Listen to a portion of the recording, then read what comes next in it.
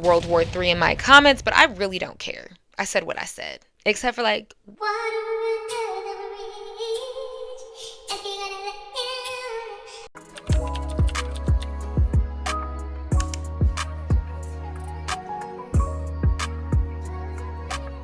hey guys, it's your girl Cameron and I am back at it again with another video. And we are going to get into your even crazier unpopular music opinions. I would say about a month ago, I posted on my community tab asking you guys to share your unpopular opinions. And I did do a part 1 to that video, which did very great. We had great conversations and you guys seemed to love it. So I thought that I would go back under that post, pull a few more that I didn't get to react to last time. And then also I asked on my last video some unpopular opinions to be featured in today's video. So we're running that shit back, coming back with the layup because you guys had some very interesting opinions. This time we're getting a bit deeper, maybe even a bit crazier, but I'm very excited to dive into this again with you guys. Disclaimer, this is for entertainment purposes. Any of these opinions, it's not that serious. It's really not that serious. So I just hope that everybody keeps it cute in the comments. Like, comment, let's chat it up, and hit that subscribe button. If you guys noticed, we made it to 50K subscribers, which is absolutely insane. So thank you so much. Join the fam, join the gang, join the team, because we're only going up from here. I just dropped a 50K Q&A just to celebrate a little bit. That is up on my channel. I talk about my YouTube journey, my personal life a bit, my past life. Thank you so much for tuning in to today's video. Get comfy, get cozy, because we are going to get right into your unpopular music opinion. So welcome to my game show where we react, discuss, and dissect your crazy ass opinion. So we have our handy dandy lovely wheel that is going to select our topics. We have 5 today that we are going to choose from. 1, pop music. 2, performance. 3, rap. 4, R&B. And 5, music quality / music industry. That is going to determine the order and the fate of what topics we will do. First, I'm going to spin my wheel and we are going to choose our first topic.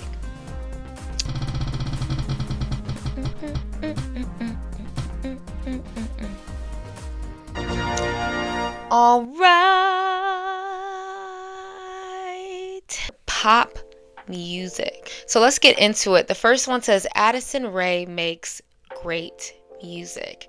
Great, guys. Emphasize great. Not good.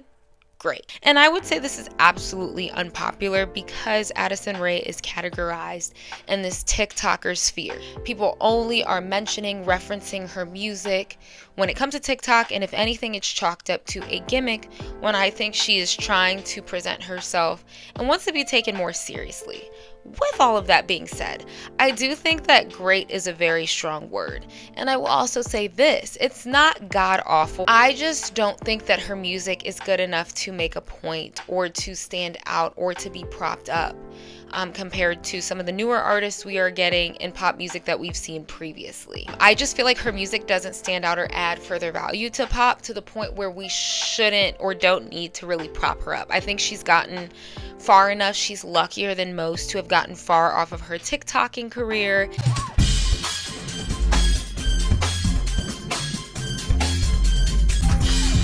Her music's okay at the best, generic look, visuals okay, voice is very, very baseline, which is okay for pop.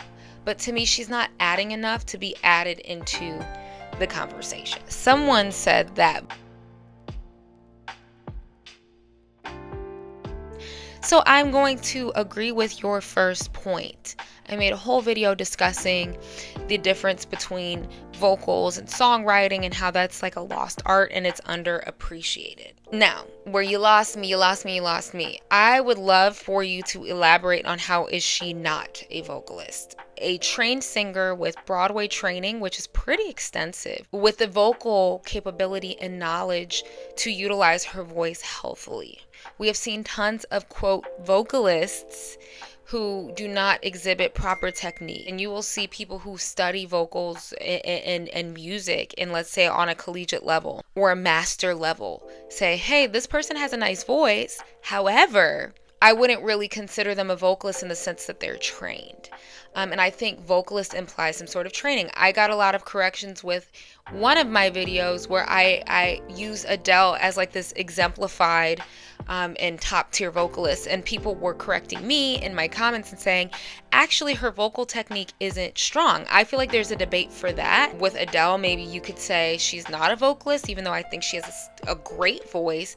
Maybe she's not utilizing it properly.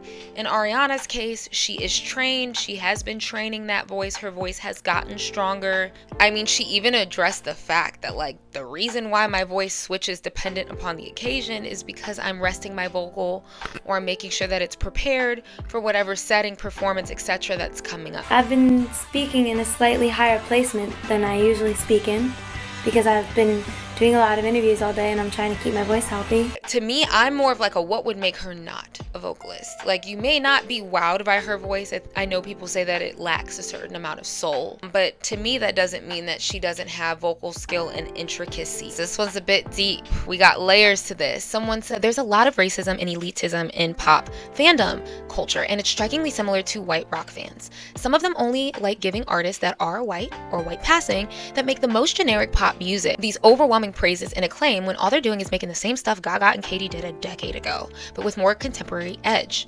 Artists like Tyla, Ira Star, Megan Thee Stallion, Tizo Touchdown, SZA, Bad Bunny, etc. are moving popular music to exciting and amazing new heights. But because they're black/brown artists that refuses to cater to top 40 pop music radio standards, they're not going to get the credit. Just wait for a white/white passing pop star to make music similar that infuse pop, and y'all are going to start calling them innovative. Ate this up and down, no notes. No notes, but I will add, this is something that I really want Stan Twitter, I want fandoms, I just want the casual listener to understand and really soak this point in. Black artists, and I would even say more particularly black women in artistic spaces, especially that were not historically reserved for black artists, such as pop or country on a mainstream level, have to be more than exceptional to receive attention and acclaim. And this is all too true. I even think some of the people that we discuss in the new pop conversation, why is it that you guys consistently leave black artists' name out of the equation? Why do we do that? We take these generic white artists and then they adopt the trend. Okay, we like this, so let's adopt trap in this way into our pop music. Okay, we like this, but let's adopt this into this. When you have black artists who have been blurring the lines, blurring and blending that R&B pop, blurring and blending that R&B, that trap hip hop to pop, but you wait until a white affluent artist who might do a decent rendition, but you overpraise them. It is overpraised. It is overanalyzed, overconsumed. It is being pushed to another stratosphere. Sure, they're good, but you guys don't even realize it, but the black artists that you guys critique, child, they almost have to be near perfect to be given the same or a fraction of the attention.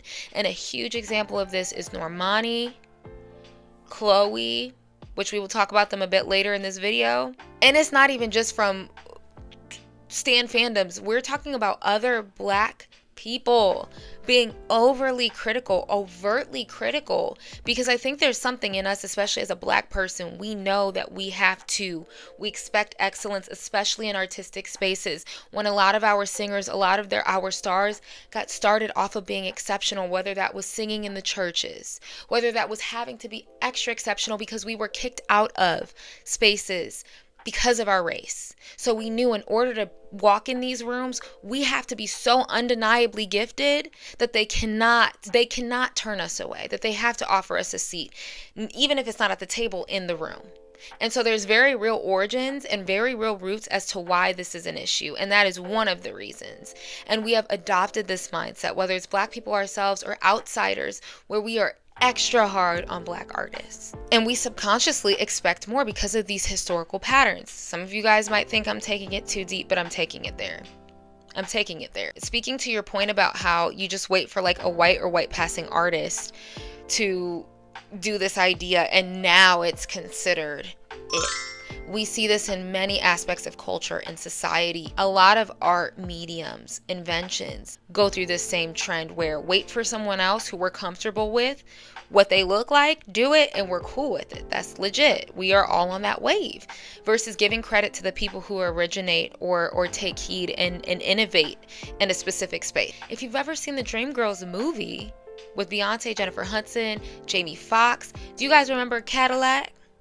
Oh, I got me a Cadillac, Cadillac, Cadillac. Got me a Cadillac, Cadillac, Cadillac.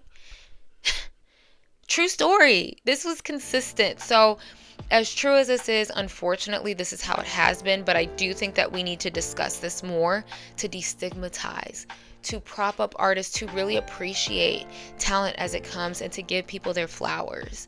Because I'm tired of it, quite frankly. And I know it's probably going to cause World War III in my comments, but I really don't care. I said what I said.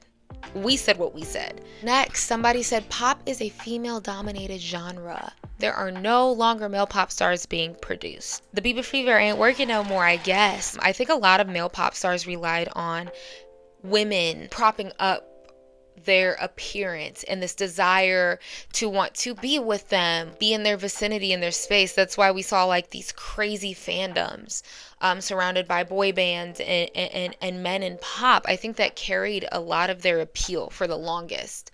And I think men in music, besides like the rap and the country space, are being marketed less and less.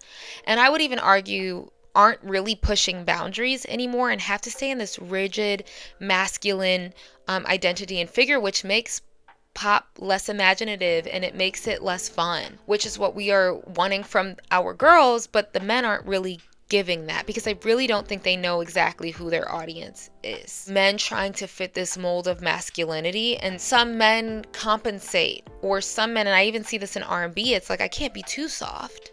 I can't be too assuming. I need to still have a bit of an edge to me, which if that is you, I am not saying don't do anything you don't want to do. But I think there's a less appeal, there's less marketability there because it's less interesting. And then you have pop artists like Sam Smith, Lil Nas X, Troye Sivan being widely criticized when they started to shift their image to a more feminine or to a more androgynous or experimental space. Imagery. Look at Sam Smith's transformation. People did not like it. People do not like it. So when they dress a little too crazy, anything too avant-garde or jaw-dropping, people immediately are like, we don't like this. They send a heap of hate.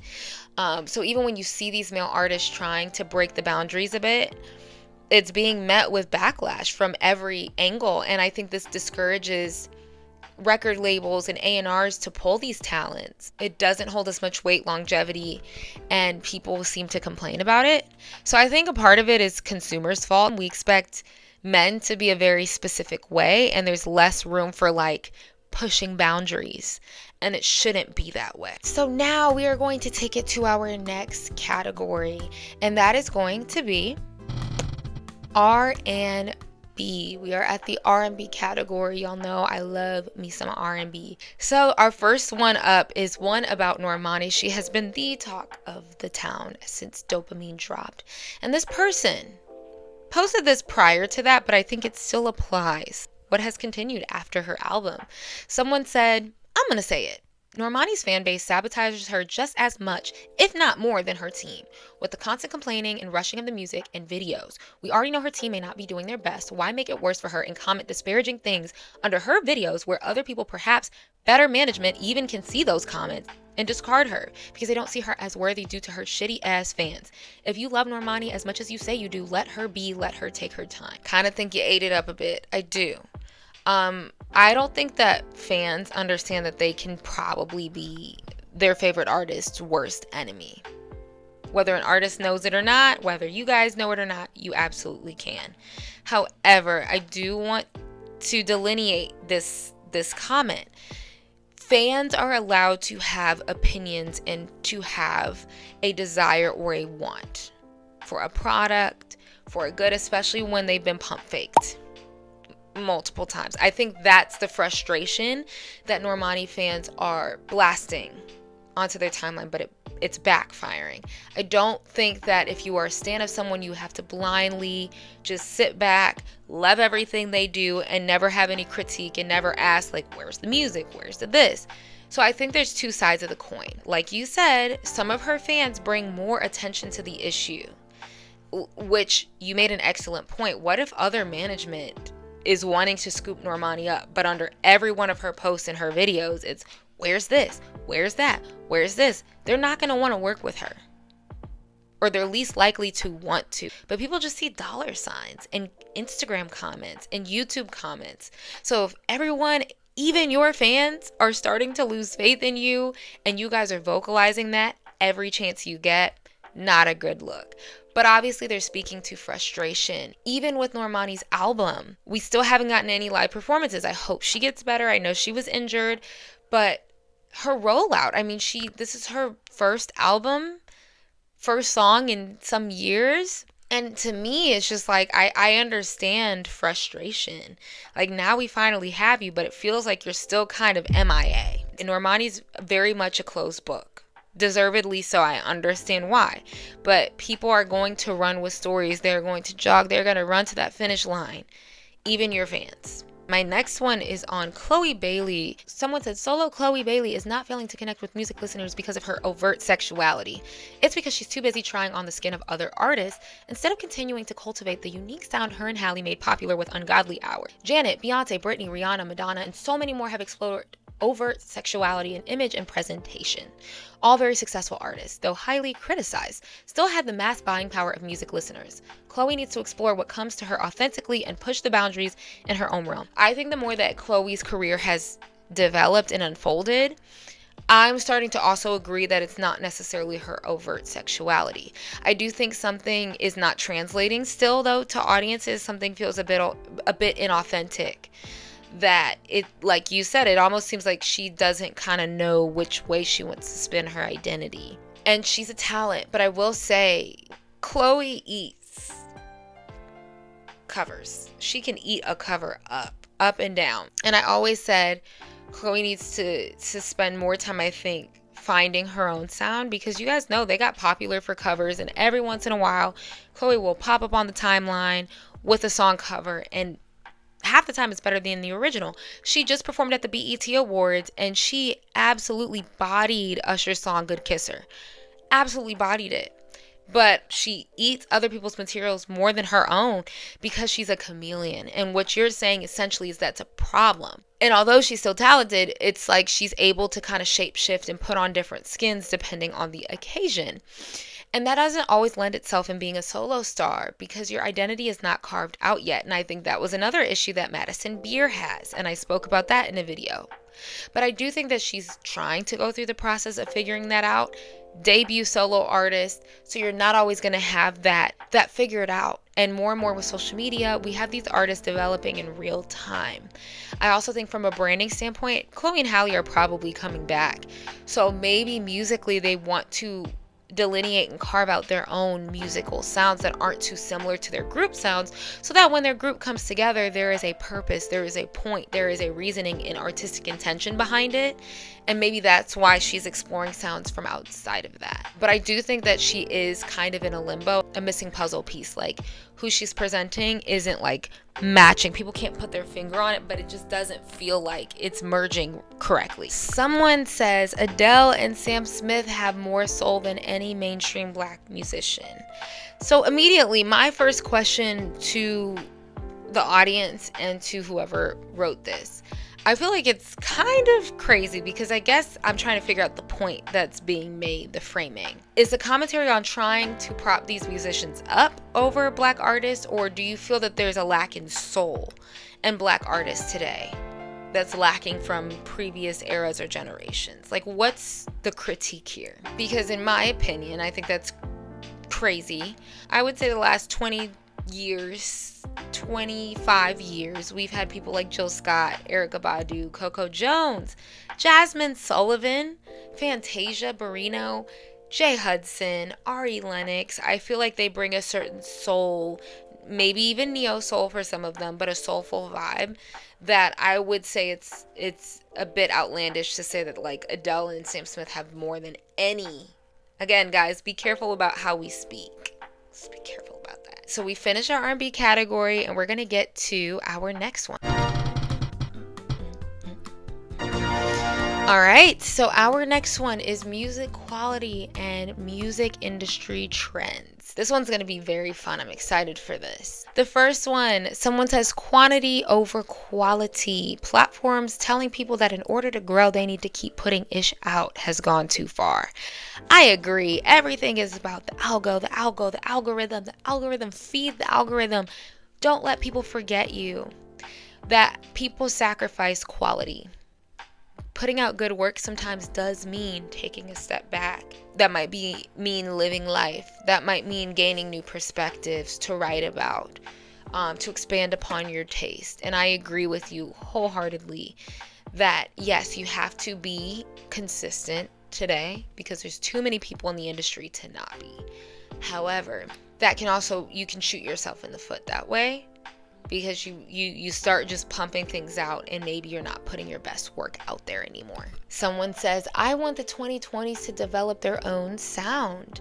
I feel like because of the internet and trends, we don't have definitive soundscape. We keep going back to the 80s, 90s, and 2000s music. This will suck for future generations because we get to go back to that era of music as nostalgia. But what era will these kids get to look back on? Songs nowadays just sound as unoriginal remixes of older music. I do also think it's very hard to identify trends as they're happening. So I do believe that there is some music being made that we will be able to look back at and say, oh, this does kind of define this 2020s kind of sound. A lot of people are stuck in this nostalgia loop because they're either uninspired, they don't know where to go, and we aren't defining a sound that feels unique, at least in the moment, but is rather a regurgitation, like you said. So I don't know. I would actually love for you guys to be active in the comments.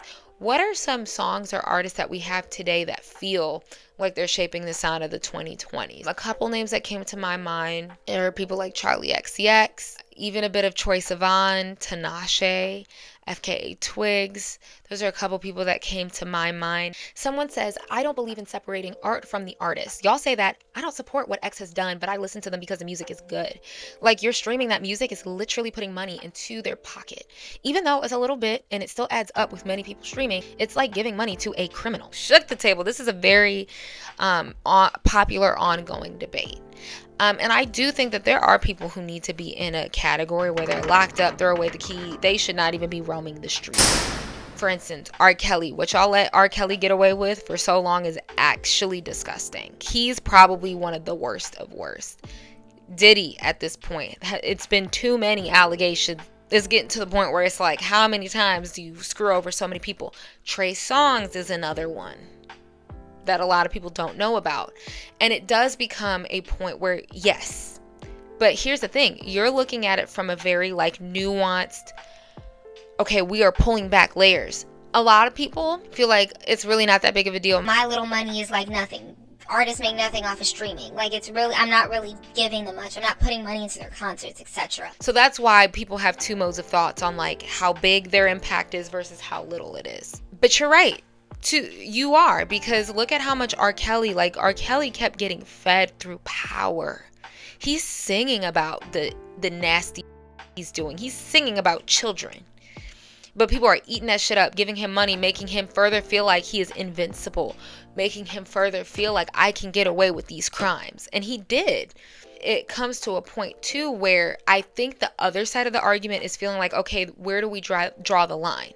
Because there's so much hypocrisy, like, okay, well, this person did this, but this person did this, but we're canceling this person and this person's fine, that people kind of give up, right? Where's the limit? Being a deadbeat, doing illegal activities versus being a cheater or a homewrecker. You know, people measure how much time has passed in between. Are you a repeat offender consistently? I think there's this question of where do we draw lines, and because people can't agree, people just say, well, F it, I'm gonna enjoy what I like to enjoy. It becomes like this morality step stool. So I would love for you guys to kind of let me know where you draw the line. I personally think illegal criminal activity for sure. But like, if I'm being honest, controversial opinion, someone being a quote homewrecker or cheating, if you come out with a good little bop, I mean, now we're talking about character flaws, not crimes. Still not great. We could have arguments all day on what's considered wrong. And when we talk about repeat offenders and hypocrisy, I mean, you have people like Trey Songz, who has been accused of beating women consistently, and he doesn't get, for instance, Chris Brown treatment. And I am not sitting here saying I don't believe in the whole, well, y'all don't treat him like this, so you guys should give him a pass. But I think that's where that hypocrisy point comes in, where it's like, okay, well, Dr. Dre done beat multiple women.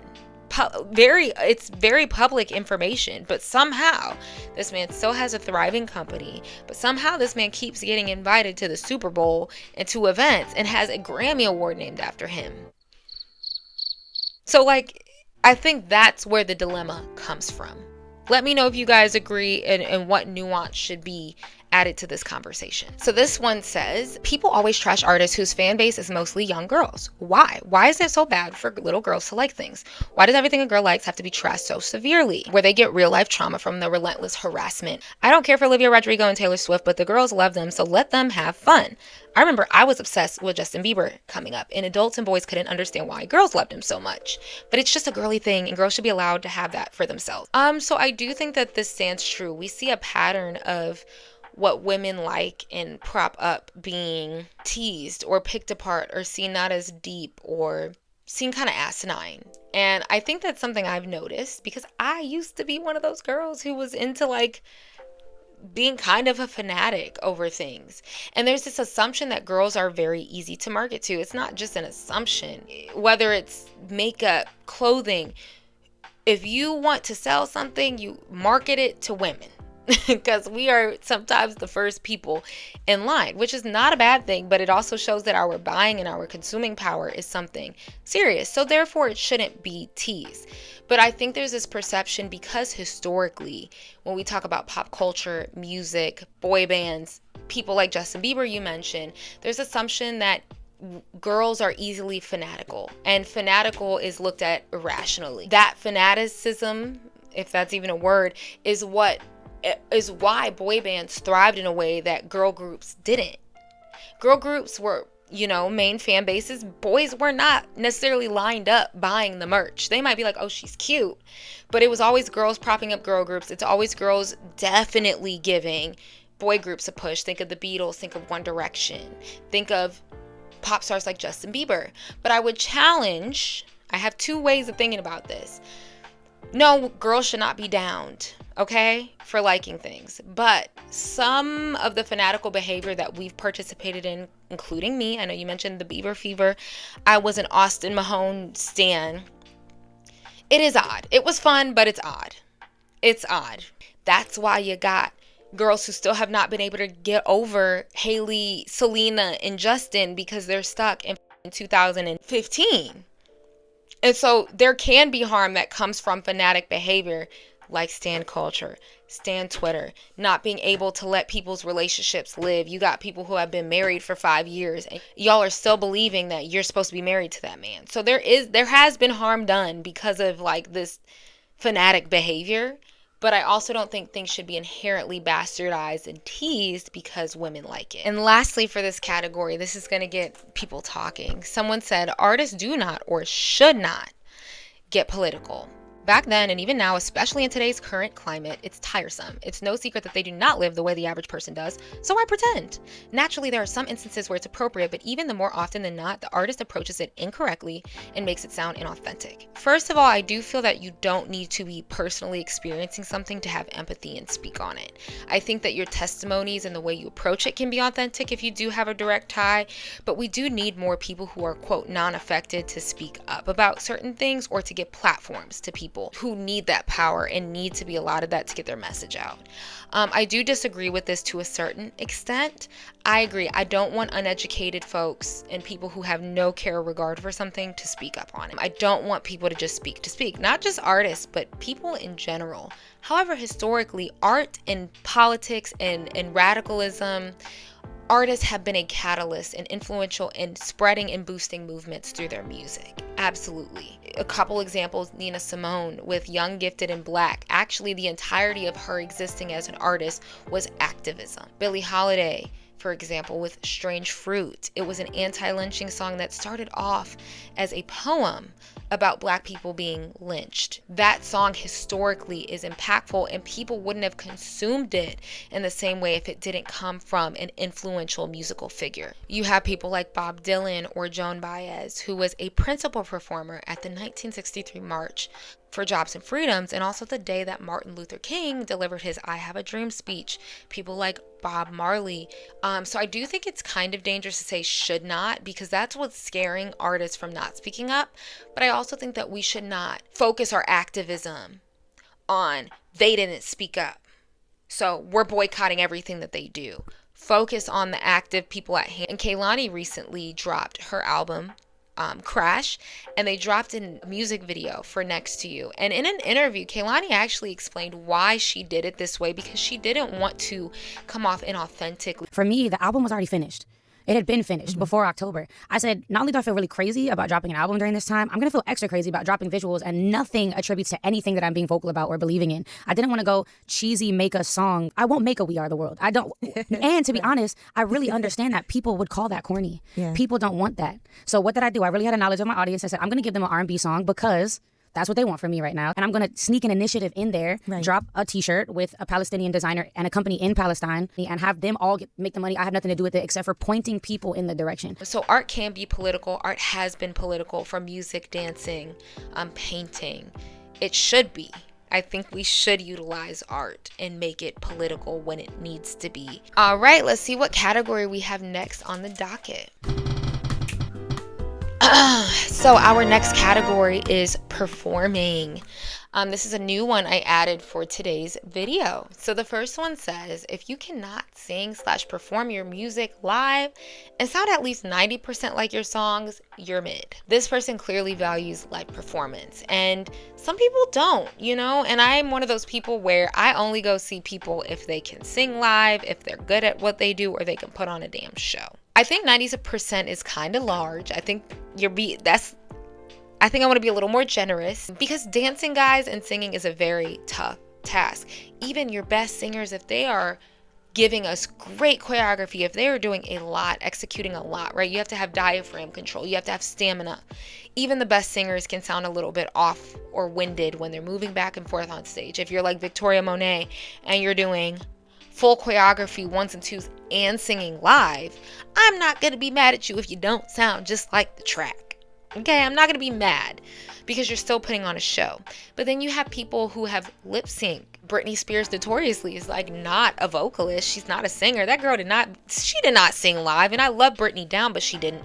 But I wouldn't say she's mid. Girlie could put on a show. She'd be twirling, spinning, snakes and like, I wouldn't call her mid though, if that makes sense. Performers, they cater to the theatrics. Many pop stars lip sync, especially in the early 2K, hence why they had like that little fake mic that was like around their mouth. I wouldn't call them mid in a general sense. I think you can start stacking like in categories. Okay, this person's better at this and this. But automatically when I hear these lip syncing conversations, I think of like Milli Vanilli, who they got outed for like not singing any of their songs, where they got their Grammy taken away. I agree. I don't think lip syncing should be propped up, because what's the point of a live performance if you're not going to give me anything, no variations, no nothing? I don't want to buy the tickets, but I think that there's talented folks who like probably don't sing live. That might be like, y'all might be shocked by my opinion of that, but hey. And then next, someone said, if you ain't doing a two-step at your concert, it's a waste of time. Unless if you sing ballads or something, no longer are the days where you can just walk around side to side on stage, singing or rapping your song. Entertain. Have lights, formation, stage presence. Be a star. Because why would I go see you live if it's the same thing as what's on Spotify? Exactly. In the economy, money is tight. Artists, please understand. On the flip side, from a business standpoint, artists are not being afforded the same budget that they were to put on theatrics, like lights and big stage sets, because everyone's not a dancer. Everyone's not like this amazing connoisseur, has amazing stage presence, but they make great music. So yeah, if that's the case, use awesome set design and things like that, but that all costs money. especially to ship from city to city. But yes, like, y'all wonder why y'all shows aren't selling out, or like people aren't coming to see you, because you offer no value. Absolutely none. Offer no performance growth, no nothing.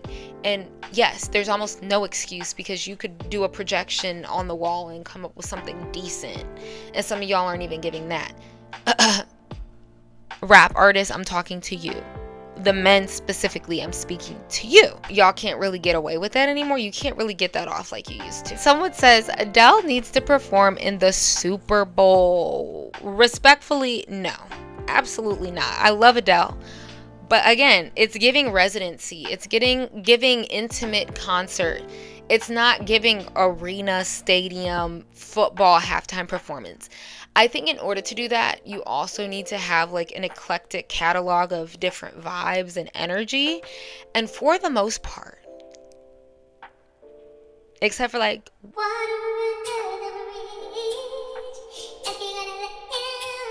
I just don't think that's going to get the crowd going from like a football halftime show perspective. Yeah, I'm good. Love you, Adele, but I'm good. And that leaves us with our last category.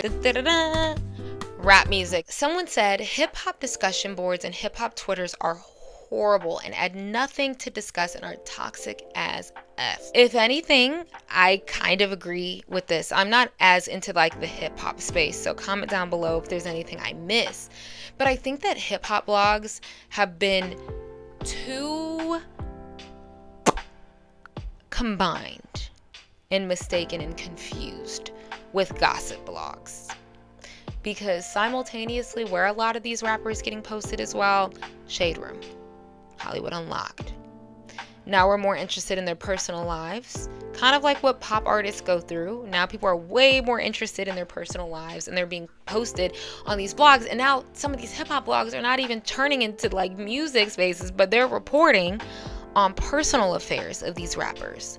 And I think that makes things more divisive and toxic. The baby mamas, cheating scandals, shootings, burglaries, it's all amplified more, I think, than these people's music, which takes away from the quality of music, because these artists now start thinking, okay, I have to be with the bullshit in order to get any kind of recognition for anything. And I think with hip-hop and hip-hop platforms, this is rampant. A genre that historically is supposed to encapsulate Black culture, the way that it started, right? The stories that were being told, an archive, if you will, of the time and our trends, is now being lost and convoluted and conflated with like these gossip blogs.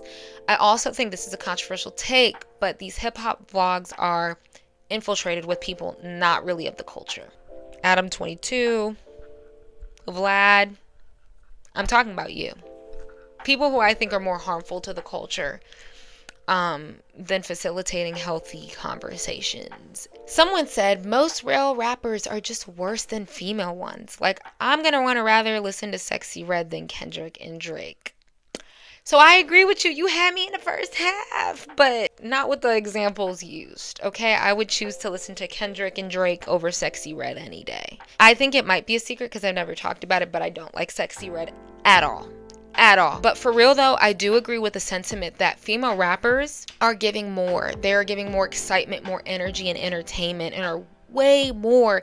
Like, I'm tuning into Rap Girl releases 110 times more than I ever did, or I have been with men in the last couple of years, honestly. Like, to the point where y'all are so critical of female rappers. Oh, they don't have bars. Oh, they don't do this. But the men aren't talking about shit either. So what are we doing, right? With the bad wordplay, same wordplay, bad flow. It seems like at this point, women's flaws, right, are put on a pedestal, and you ignore how horrible male rappers are and how much they have regressed and not gotten better. And I don't like that. So I think you're onto something. Someone said Young Thug is a new age Michael Jackson.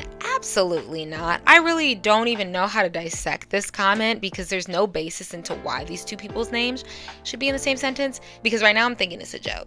Someone said Kendrick versus Drake beef is way more popular than it should be. So I'll say this. I think I felt more like this prior to Kendrick dropping Not Like Us, because that song, he did his big one with that. To me, I think it's because it came out of nowhere that I just really didn't give a damn. I think it's a bit dragged. My biggest issue with this beef is you have two people who surround themselves with horrible people trying to debate who's worse. I think Kendrick made some excellent points. Excellent points. Excellent points. But let's clock the tea of Kendrick surrounding himself with abusers like Dr. Dre. I understand like it's an LA thing, but like Dr. Dre, we're talking DJ Mustard playing Tyga songs during his little event when Tyga is the ultimate pedophile. Like, they say she young, I should have waited. She a big girl dog when she stimulated. My issue with male rappers, because we're talking about that right now, and men in hip hop is they only call out poor behavior when it benefits them.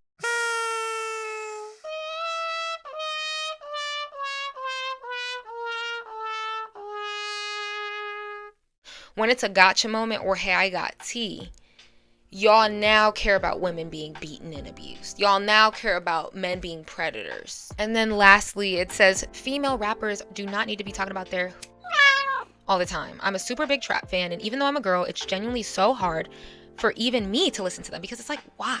Why do you need to talk about all that? It's not liberating, it's not feminism, it's not cute, and it's so gross. So I wouldn't say that it's gross. I don't want to stigmatize like sexuality because I think for a very long time that has been stigmatized with women, while we have given men the free liberty to talk about women however they want. And I do feel you though. I find that there are songs that start very, very strong. AKA Megan Thee Stallion's previous album had some very strong songs on there. She has a story to tell. She has a lot to say. But then she throws a sex bar in the middle of it. And it throws me off the song completely because that specific song did not call for that. And yes, it becomes redundant. We're going to get a bit philosophical today. I don't think that it's always feminism like women try to claim. And the reason why I don't think it's always feminism is because of the place it comes from. Because a lot of the sexuality and the talk is still centered around men. Whether it's in the music or in interviews, the sexual liberation a lot of the times is still centered around men. Women rapping about this and then in interviews trying to plead their case that they're actually not a hoe though. You still feel the need to cater to men and prove, well, I'm still pure though. I'm still kind of like a virgin though. So to me, it's still like these rappers are promoting this, but they're still not standing in whatever quote their truth is. And I think that's where you start blending this line of, do you even know why you're saying this? Because you still feel the need to prove that you're still not like this, if that makes sense. But unfortunately, the music business, just how they promote violence with men, okay, it's sex with women. You have to conform to sell. And I know that there was a point where like Saweetie even argued like, okay, well, men get to rap about guns, bang, bang, this. And it's like, that's arguably more harmful. Right? We could talk about drill music. That's arguably more harmful than women, you know, sitting up here talking about the conversations can both exist. Do you agree, like both sides of the coin? I think some of these women rappers are way too talented to the point where every song does not need to have that in there. And I do agree with that. Absolutely. So guys, that is the end of this crazy unpopular opinion reacting to yours video. This was very, very long. This is going to be fun to edit. Holy shit. Let me know if you guys would like another upload like this in the future. Like, comment down below on a bunch of different topics. I don't know. Let me know. Comment down a cloud emoji if you got to the end. That's how I'm going to know if you watched the full video. I appreciate you for real, for real. But I will see you guys in my next one. Bye.